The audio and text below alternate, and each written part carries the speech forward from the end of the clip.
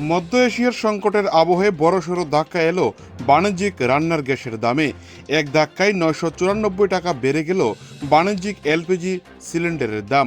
এর ফলে ত্রিপুরায় 19 কেজি বাণিজ্যিক সিলিন্ডারের দাম হলো ৩,৫৮১ টাকা ৫০ পয়সা।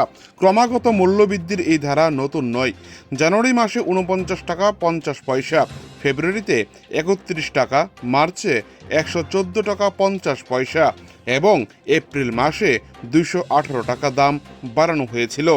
সেই ধারাবাহিকতারই চূড়ান্ত রূপ হিসেবে মে মাসের শুরুতেই এই বিপুল বৃদ্ধি কার্যকর হলো।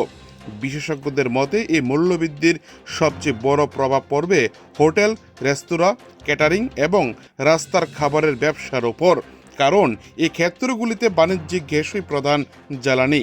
ফলে অনেক ব্যবসায়ী বাধ্য হয়ে খাবারের দাম বাড়াতে পারেন, যার প্রভাব সরাসরি পড়বে সাধারণ মানুষের পকেটে। অন্যদিকে স্বস্তির একটাই, গৃহস্থালী রান্নার গ্যাসের দামে আপাতত কোনো পরিবর্তন করা হয়নি। এর ফলে কিছুটা স্বস্তি নেমে এসেছে। তবে আন্তর্জাতিক বাজারে অস্থিরতা এবং সরবরাহজনিত চাপ অব্যাহত থাকলে ভবিষ্যতে গৃহস্থালীর গ্যাসের দামও বাড়তে পারে বলে আশঙ্কা করছেন অনেকে।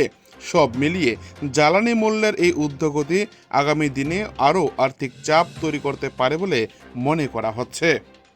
আগরতলা থেকে নিজস্ব প্রতিনিধির রিপোর্ট, টিভি 100 বাংলা। ছিল ২৫৮৭ টাকা ৫০ পয়সা, আর আজকের রেটটা আছে ৩৫৮১ টাকা ৫০ পয়সা।